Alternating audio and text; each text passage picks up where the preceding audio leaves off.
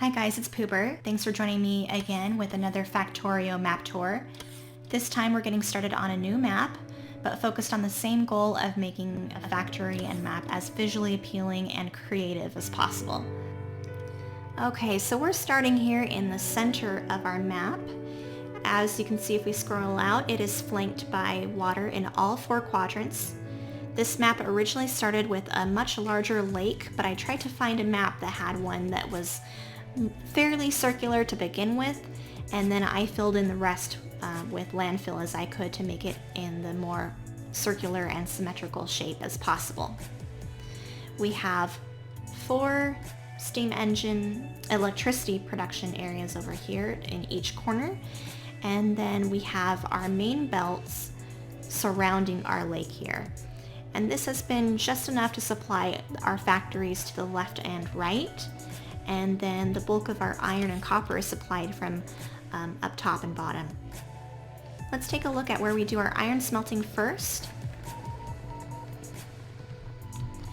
That's to the bottom of the lake here, where we have 4 separate factories for iron smelting with electric furnaces.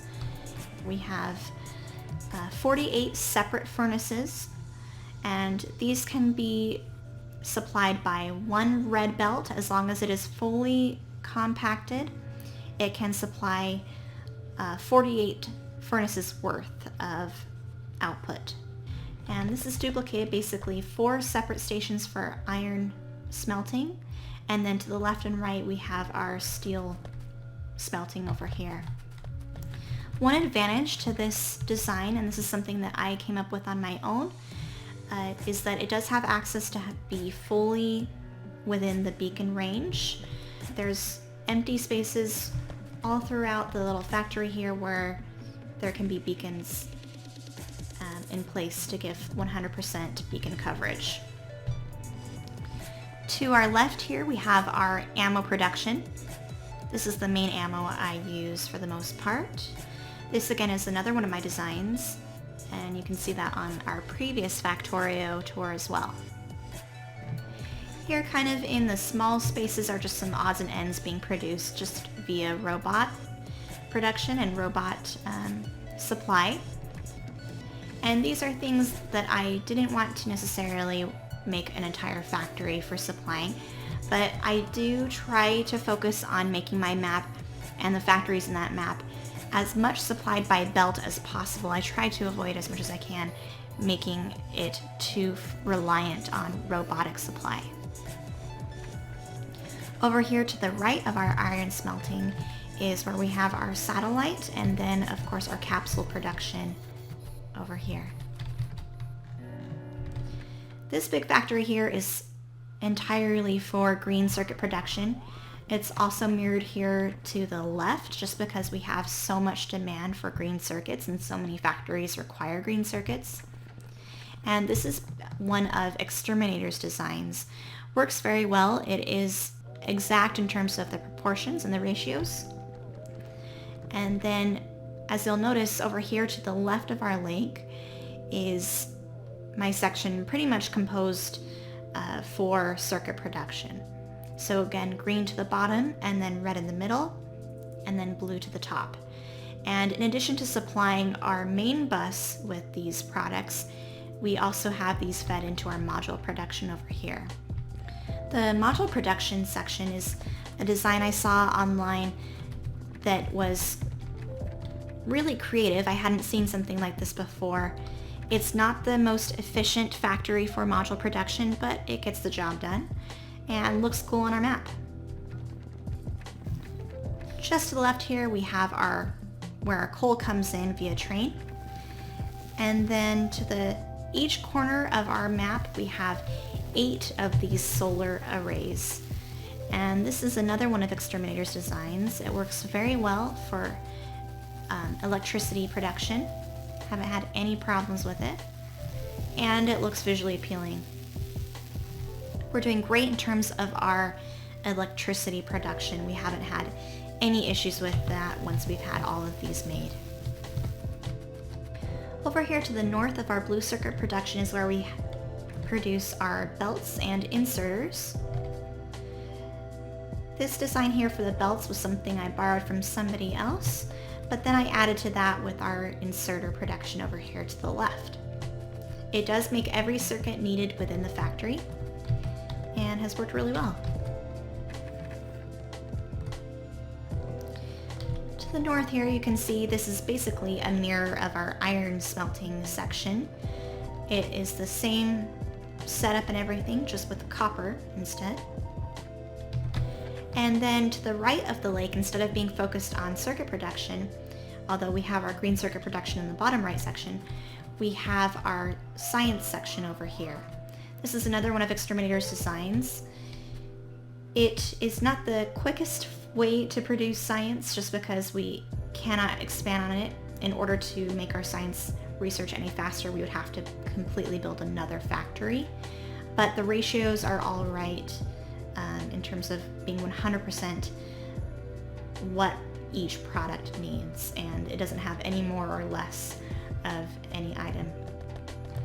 To the very right here, we have our oil refining going on. We have 5 oil refineries to 7 light oil plants and 1 heavy oil plant.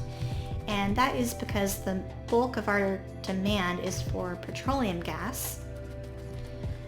But we do have a section up here for lube production, along with flamethrower ammo, and then sections for like batteries, and then plastic. Battery and plastic production was something that I originally just tried to incorporate into each factory itself, but I noticed it just wasn't keeping up quite enough, especially with the throughput issues I was noticing getting our plumbing all the way to the other side of the map. So it was just better to build our batteries and our plastic on site with our oil cracking. We also have our solid fuel and our rocket fuel production over here. And then this is all supplied via train. All of our oil for the most part comes in via train right now and is unbarreled here and then supplied to our refineries here. And let's see, we have 8,000 oil barrels in storage at the moment, so these are definitely doing a great job. And then one advantage to the barrels is that it stores our oil far better than the tanks could and without taking as much room. Again, you can see our solar arrays over here to our right side of the lake, top and bottom. And then our entire base is surrounded by our train rails. They do go in a full circle, but I haven't had any issues with that just because the circle is so large. There's no backup issues at all. And then each corner has a 4-way intersection here. And that's really good for giving us room to grow. We can go in any direction as we need to for any outposts. As you can see, we have several outposts just branching off of our main circle of train rails here. We've got oil farming, stone, copper, and iron, and then of course more of that to the north as well. Just to the top of our copper smelting is where we have our stone smelting. We don't have as much demand for stone, so we don't have the 48 furnaces. I believe this is only 24 furnaces for the stone, but that's been enough to meet our needs. And then in the middle here, I've used that room for using the stone for stone products like brick walls and cement and things like that that are used all throughout the factory. Our train tracks are all defended with laser turrets and then are all within the network as well, so any walls or products that are damaged can be repaired by our construction robots. We do have about 1,000 of both logistic and construction robots available. Alright, so now let's take a look at our robotic production. That's this factory over here. This is a design I kind of used as inspiration and then added upon. I've linked the original down below. But we have a 1-to-1 ratio of regular engine units to the electric engine units. And then half of our robotic frames go into logistic and the other half go into construction robotic production. Our lube is supplied by our little section over here, but also for any demand that is not met, we have coming from our main lube tanks, also over here from our oil cracking section. And then of course to the left here, just because these require a lot of the same components that go into our robotic construction area, we have our solar array production over here as well. Again, this map, or this factory here, is not perfect in terms of ratios, but it gets the job done for our small needs. We're a smaller map and generally a smaller factory. Alright guys, there's only one thing left to do, and that is to launch our rocket.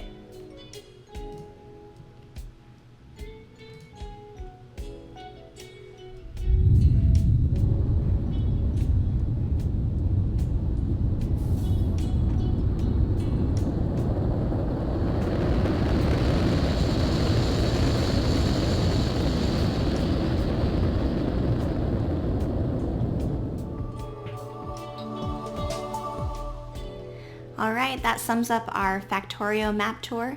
Thank you for joining me. I hope to see you again. If you like this video, please leave a like or subscribe and leave your feedback. If you'd like to see our previous Factorio map tour, please click on the video below.